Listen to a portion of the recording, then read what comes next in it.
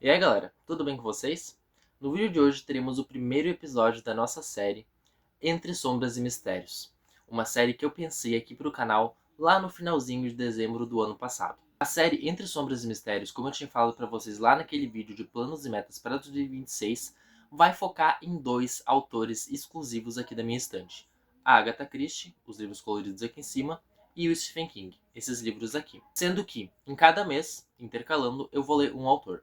Agora em janeiro foi um livro da Agatha Christie, em fevereiro vai ser um do Stephen King, em março um da Agatha Christie, em abril um do Stephen King e assim por diante até o final do ano. Ou seja, 6 livros de cada autor até o final do ano. E o livro que eu escolhi para esse nosso primeiro episódio da série foi Assassinato no Caso do Pastor, um livro escrito pela Agatha Christie em 1930, o primeiro livro a conter a personagem Miss Marple, a detetive tão amada da rainha do crime. Então, se você quer saber uma resenha sem spoilers e depois uma resenha com spoilers de Assassinato na Casa do Pastor, eu já vou pedir para você deixar o seu like e se inscrever no canal. Agora bora pro vídeo, mas antes fiquem com a intro do canal.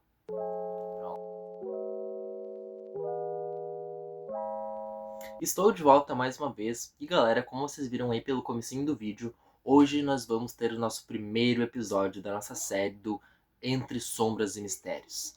A nossa série que vai focar nos livros tanto de Agatha Christie como de Stephen King, né? Dois grandes nomes da literatura de suspense e terror, sendo Agatha Christie a rainha do crime e sendo Stephen King o mestre do horror. Como eu tinha falado para vocês, o livro que eu escolhi para esse nosso primeiro episódio foi Assassinato na Casa do Pastor, um romance, né, escrito pela Agatha Christie, obviamente, e que tem como detetive principal ali da história a Miss Marple. Sendo bem sincero para vocês, esse livro aqui ele foi uma releitura.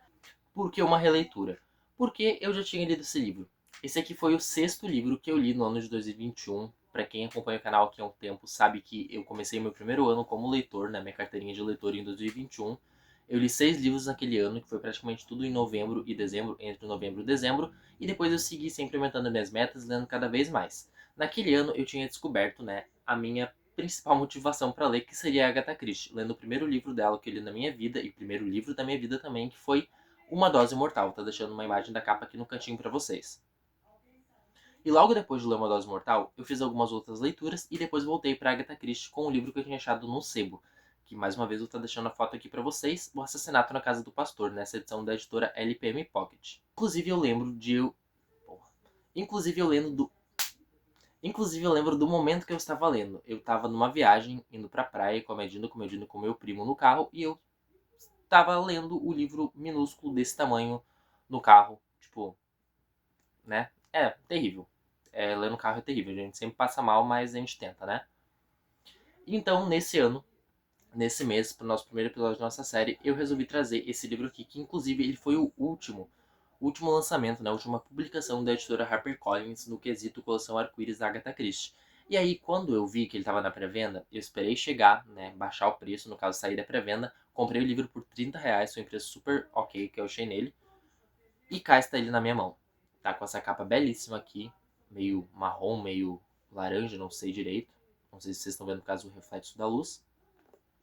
Ele parece ser bem grande, parece ser bem grosso, mas na verdade ele não é tão grande assim, tá? Ele tem por volta de 285 páginas, 286 ali sendo bem exato. Antes de começar aqui o nosso falatório costumeiro de sempre, eu gostaria de deixar claro para vocês que esse vídeo ele vai ter duas partes. Não que ele vai ser dividido em duas partes, mas vão ter duas partes dentro do vídeo. Uma parte, né, a primeira de todas, é a parte sem spoilers, onde eu vou contar para vocês um pouquinho da sinopse do livro, do contexto geral, do enredo, personagens, enfim.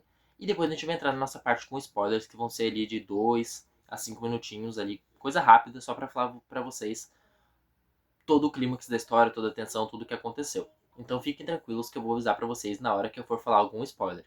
Podem assistir o vídeo com calma e quando chegar na hora do spoiler vocês vão saber porque eu vou deixar uma tarja que nem eu sempre deixo aqui nos vídeos. Mas então agora vamos para a parte da resenha de Assassinato na Casa do Pastor totalmente livre de spoilers. Logo no começo do livro a gente é apresentado ao narrador dessa história, um pastor chamado Leonard Clement. O Leonard ele é casado com a Griselda e os dois vivem tranquilamente na pacata cidade de Stansmary Mead. Uma cidade calma, uma cidade meio que considerada agrícola porque tem muitas plantações, tem aquelas casinhas de 2 andares, casas de madeira. Não tem rodovias, né? Tem estradas de chão. Os moradores são todos amigos, eles todos conversam, eles todos fofocam entre si. Bem aquele tipo de cenário de livros de romance de época, né? Onde as casas são todas juntinhas ali, todo mundo se conversa, todo mundo sabe de tudo que tá acontecendo. E meio a isso, a gente tem o nosso querido, ou não tão querido assim, Coronel Proterói. É um nome bem comum, né? Nossa, todo mundo se chama Proterói, já vi várias pessoas na rua, né? Enfim, o Coronel Proterói, ele é casado com a N Proterói, né? No caso, Proterói é o sobrenome deles. E esse coronel, que é casado com a N, sendo a primeira dama ali da cidade, eles vivem em uma mansão muito luxuosa, muito grande, todo mundo conhece eles, todo mundo gosta muito da N, mas todo mundo detesta absolutamente o Coronel Proterói. Porque ele é uma pessoa horrível, ele é desprezível, ele maltrata todos os moradores ali de Stansbury Mead. Ele trata eles, né, os moradores, como se eles fossem pobres, como se eles fossem gentalha, ralé. Ele humilha todo mundo, e inclusive humilha a própria esposa. A Anne Proteroy, ela sofre muitos abusos psicológicos e emocionais na mão do marido dela. Todos os moradores mesmo, até, né, o nosso protagonista e narrador, o Leonard Clement, ele tem noção disso. Ele sabe que a Anne Proteroy sofre, assim, ó, pra caramba nas mãos do marido, o coronel, mas eles não podem intervir, né? Porque tem aquela coisa de briga de marido e mulher, ninguém mete colher, e é tipo isso. Em meio a essa cidade pacata, em meio a esse coronel estúpido com todo mundo, e principalmente com a esposa, a gente tem uma personagem que se destaca. O nome dela é Jane Marple, mas ela é muito conhecida como Miss Marple, né? Miss seria alguma coisa do tipo senhora. Só que aqui não é traduzido e ela é chamada mesmo de Miss Marple na tradução brasileira. A Miss Marple, logo no começo, a gente nota que ela é uma pessoa peculiar. Ela é uma senhorinha, que ela gosta muito de ler livros de romance policial, no estilo Agatha Christie, né, a própria escritora dela. Ela gosta de ler romances policiais, thriller, suspense. Tem uma pegada ali de terror também que ela curte. Ela assiste muito telenovela, ela escuta o rádio todas as manhãs. Ela levanta cedinho, assim, 7 horas em ponto. Ela toma um café, ela cuida das plantas do jardim, ela dá uma caminhada ali pela cidade com a sua bengalinha, com o seu chapéuzinho, com o seu guarda-chuva. Ela usa roupas assim super combinando com tudo. E praticamente todo mundo conhece a Miss Marple.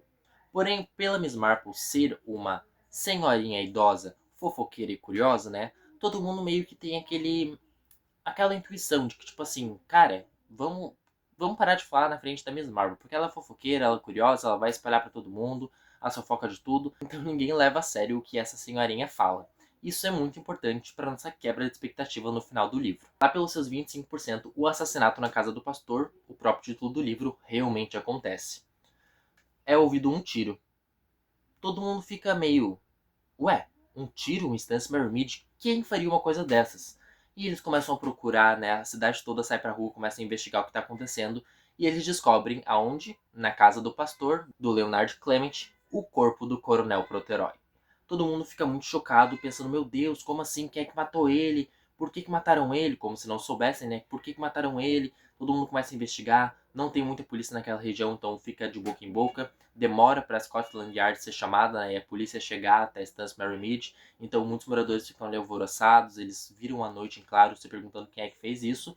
Quando um segundo tiro é ouvido por outros moradores de outras regiões. Quando a polícia chega e começa a fazer um interrogatório dos moradores, as coisas não batem. Alguns moradores dizem que o coronel foi morto às 7 horas da noite.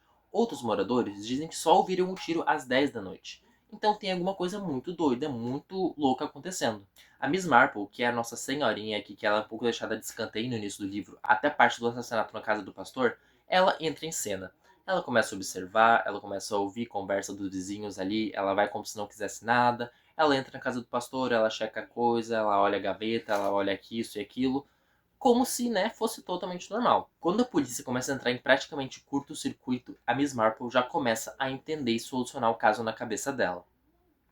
Alguns dias depois que ocorreu esse assassinato na casa do pastor, né, o assassinato do Coronel Proteroy, um homem super abusivo com a esposa dele, o pastor, o próprio pastor, o narrador da história, o Leonard Clement, eu tenho que ler o nome dele porque para mim é muito difícil falar Leonard Clement, ele vê um homem misterioso carregando uma mala.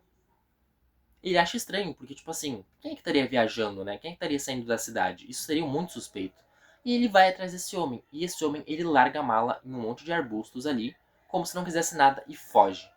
O pastor, então, chama a Miss Marple, que ele já estava tendo mais uma intimidade com ela, e eles vão investigar e descobrem uma arma, descobrem um relógio, luvas e um kit de pincéis. Tudo isso está dentro da mala.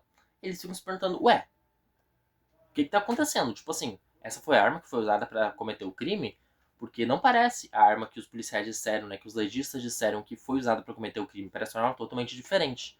E aí as coisas começam a ficar mais confusas para nós leitor, mas para Miss Marple, que não fala nada até o final da história, as coisas nunca fizeram tanto sentido assim. Mais ou menos em 80% do livro, a gente tem a grande revelação de quem assassinou o Coronel Proteroy, por que ele foi assassinado, né? Tipo assim, era meio óbvio porque ele ia ser assassinado. Mas, né, enfim, acontece isso de quem matou ele, por que mataram ele e como mataram ele. E a revelação é chocante. Eu lembro que na primeira vez que eu li, eu fiquei totalmente chocado, porque quando eu li Uma Dose Mortal, eu meio que esperava uma coisa e foi uma coisa totalmente diferente. Quando eu li O Assassinato na Casa do Pastor pela primeira vez, eu não esperava nada, porque eu já tinha sido enganado brutalmente pela Agatha Christie no primeiro livro que eu li dela. Então no segundo eu já pensei, cara, eu não vou nem tentar planejar o que aconteceu. E aí eu fui muito surpreendido e, enfim, naquela vez eu dei nota 5 estrelas pro livro. Quando eu fiz essa releitura, gente, eu fiquei tão assustado como se eu estivesse lendo o livro pela primeira vez. Eu lembrava o que tinha acontecido, mas eu não lembrava em detalhes. Eu lembrava quem tinha feito, por que tinham feito, mas eu não lembrava como foi o método. E o método do assassinato, meu Deus, é de uma genialidade muito grande por parte da Agatha. Um livro escrito em 1930, sabe? Eu acho que vai ter uma adaptação no Netflix agora do Mistério dos Sete Relógios. Tava até conversando com meu primo hoje.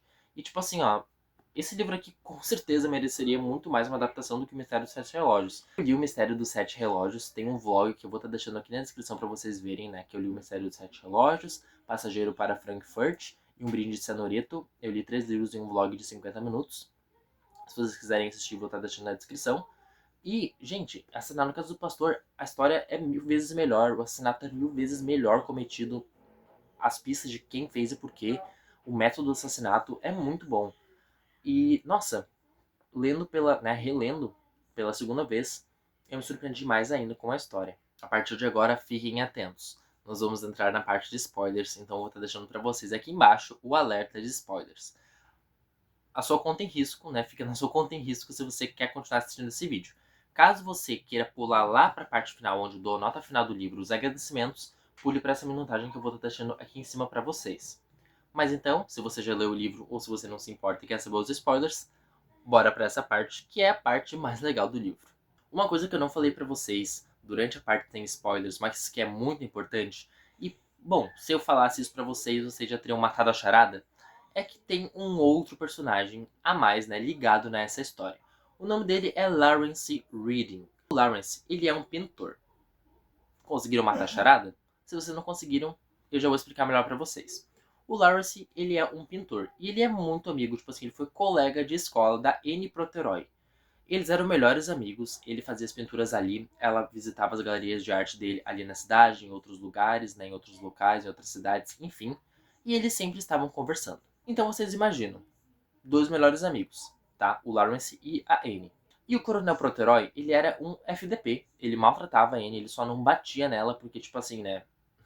Ia dar pra ver que ela tá machucada. Mas enfim, ele agredia ela verbalmente, emocionalmente, de todas as formas possíveis. E ela falava tudo pro Lawrence. O Lawrence então começou a desenvolver um ódio tremendo pelo Coronel Proteroy. Quando o Lawrence e a Anne se apaixonaram e começaram a ter um caso ali às escondidas, longe dos olhos, né, dos curiosos da cidade, e do próprio coronel, quando eles se tornaram amantes, eles bolaram um plano. O plano perfeito para acabar com o sofrimento da Anne. Desde o início, o livro deixa claro pra gente. Nenhuma motivação é boa para se cometer um assassinato. É aceitável, é viável, enfim, né? Não cometa assassinato, simplesmente não cometa. Só que a motivação do casal que comete o assassinato é muito boa. Tipo assim, o cara era um filho da puta. Ele maltratava toda a cidade, ele maltratava a mulher, ele xingava ela, ele ameaçava ela de morte. E ele era um canalha com todo mundo. Então eles simplesmente decidiram, cara, vamos dar um fim nesse verme, vamos acabar com a vida dele, entendeu? E foi simples assim.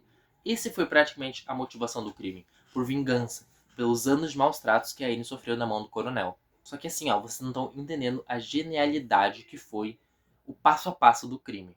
E eu vou contar pra vocês agora. Primeiro de tudo, eles marcaram meio que um encontro com o coronel na casa do pastor. Se eu não me engano, foi até com uma carta que eles escreveram ali, né? Tipo, uma carta por máquina de escrever. Mandaram pro coronel, a Anne própria entregou pra ele, pra se encontrar na casa do pastor quando todo mundo estivesse na missa. Olhem que ideia, tá? Quando o coronel estava sozinho lá na casa do pastor, sentado em uma mesinha virado para a janela, algum dos dois, chegou por trás e pá, bem aqui na têmpora seria aqui, né, no caso, bem aqui na cabeça do coronel. O coronel caiu deitado em cima da mesa, morto. O coronel, ele tinha um relógio de pulso, né, não um relógio de pulso, mas um relógio de bolso. E eles pegaram o relógio, quebraram o relógio e atiraram o coronel no chão, para simular que, na hora que o coronel tomou o tiro, ele caiu e o relógio caiu.